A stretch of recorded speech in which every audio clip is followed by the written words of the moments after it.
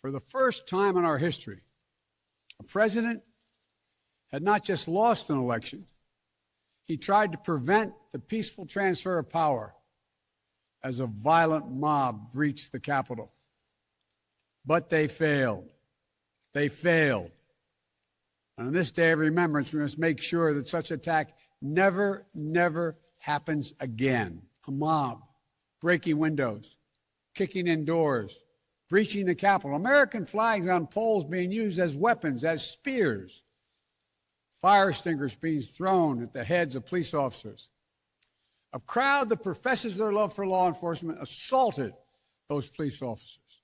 We didn't see a former president who had just rallied the mob to attack, sitting in the private dining room off the Oval Office in the White House, watching it all on television and doing nothing. The former President of the United States of America has created and spread a web of lies about the 2020 election.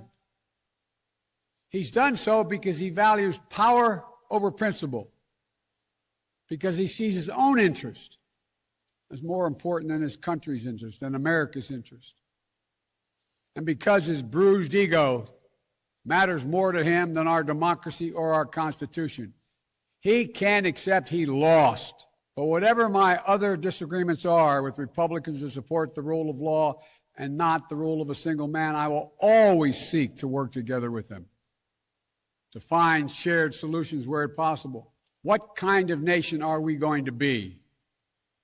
Are we going to be a nation that accepts political violence as a norm? Are we going to be a nation where we allow partisan election officials to overturn the legally expressed will of the people? You can't love your country only when you win. You can't obey the law only when it's convenient. You can't be patriotic when you embrace and enable lies. Those who stormed this Capitol, and those who instigated and incited, and those who called on them to do so, held a dagger at the throat of America. We're living at an inflection point in history, both at home and abroad. We're engaged anew in a struggle between democracy and autocracy, between the aspirations of the many and the greed of the few. We are in a battle for the soul of America, a battle that by the grace of God and the goodness and greatness of this nation, we will win.